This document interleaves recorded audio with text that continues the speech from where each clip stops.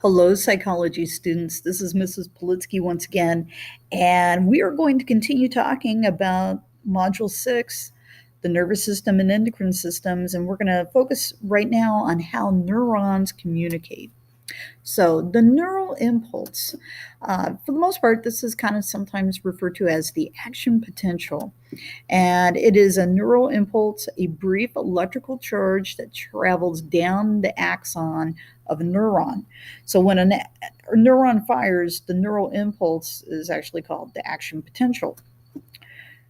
The refractory period, this is the recharging phase that occurs during which a neuron after firing cannot generate another action potential. So for the most part, it's kind of like the reloading. We've got to build up enough energy to allow for the neuron to fire it again, and while it's charging up, it cannot send another message. Along with that, we have a resting potential.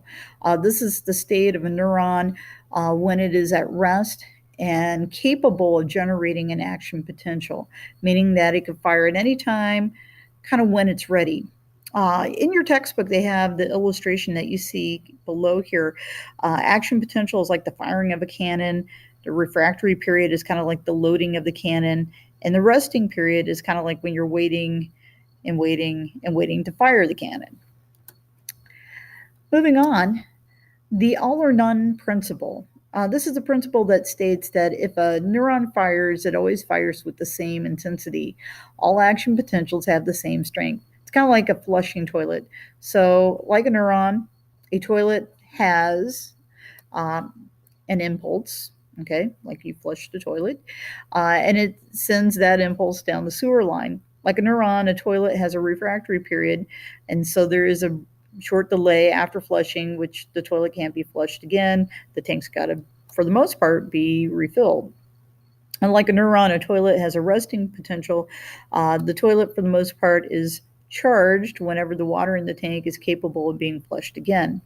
So, like a neuron, a toilet operates on an all or none principle. It always flushes with the same intensity, no matter how much force you apply to the handle, as long as you provide enough force to trigger the mechanism. Communication between neurons. At every place where there is an axon terminal, one of the neurons, for the most part, and the dendrite of an adjacent neuron, they meet. And there may be thousands of places on a single neuron where this may occur. There is a tiny fluid-filled gap known as the synapse. And the synapse, for the most part, is the tiny fluid-filled gap between an axon terminal and the dendrite of another. The axon terminal and the dendrite never touch.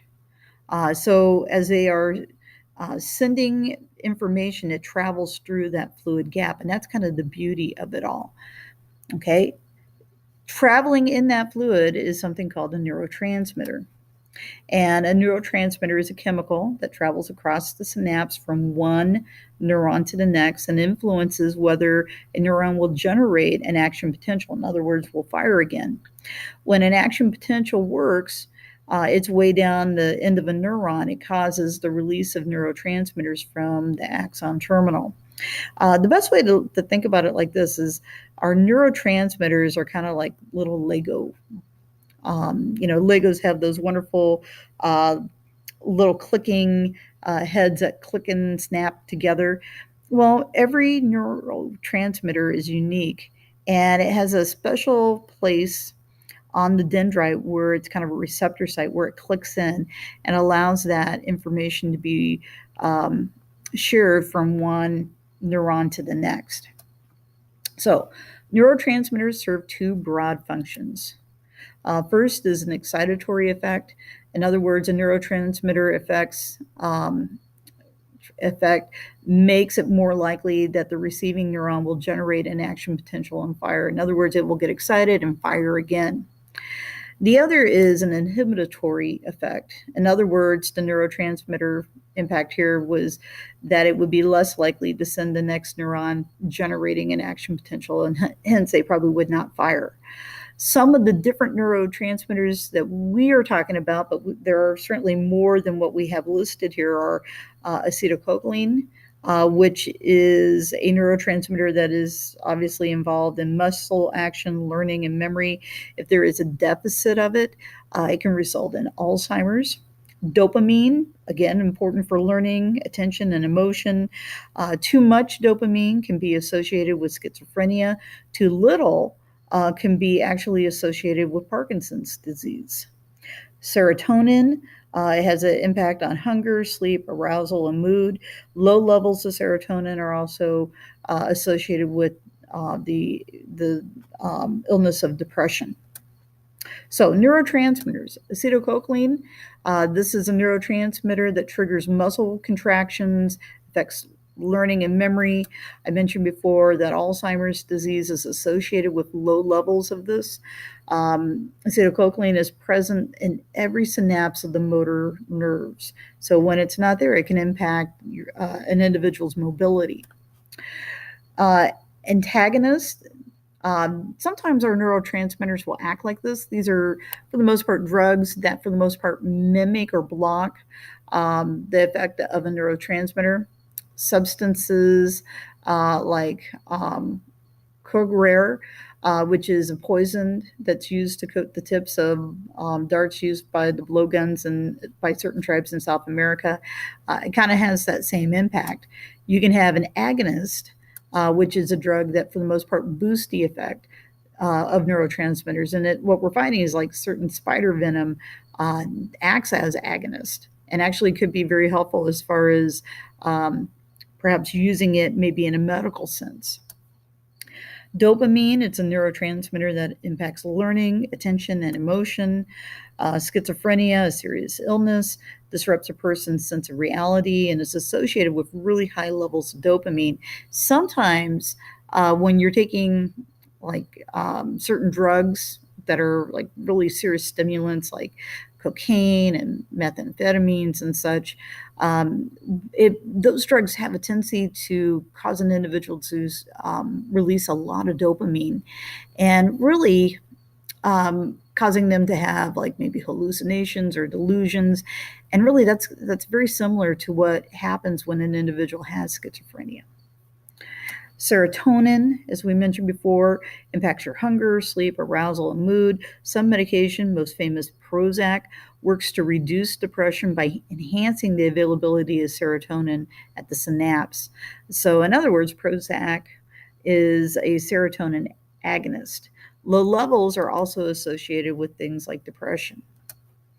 The neurotrain, describes the path information flows as it's being processed by the nervous system.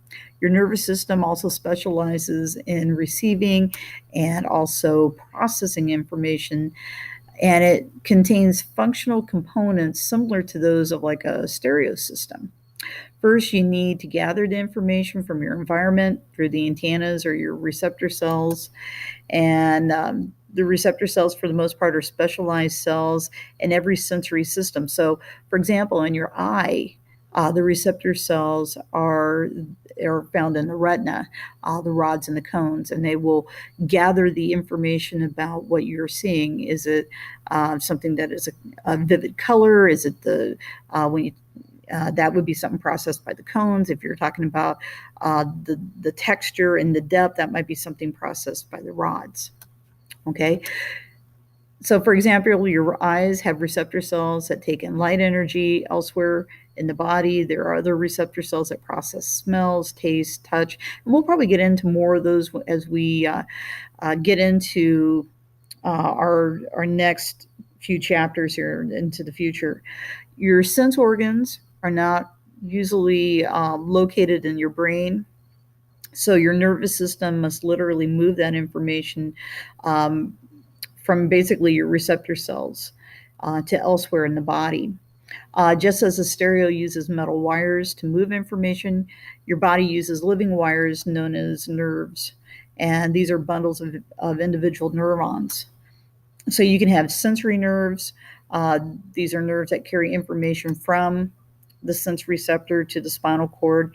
and also the brain. And you can have your interneurons. These are nerve cells inside of the brain and the spinal cord that process information. And then finally, you would have your motor neurons that carry information away from the brain and spinal cord to the muscles and the glands. All right, next time we're going to talk about the structure of the nervous system.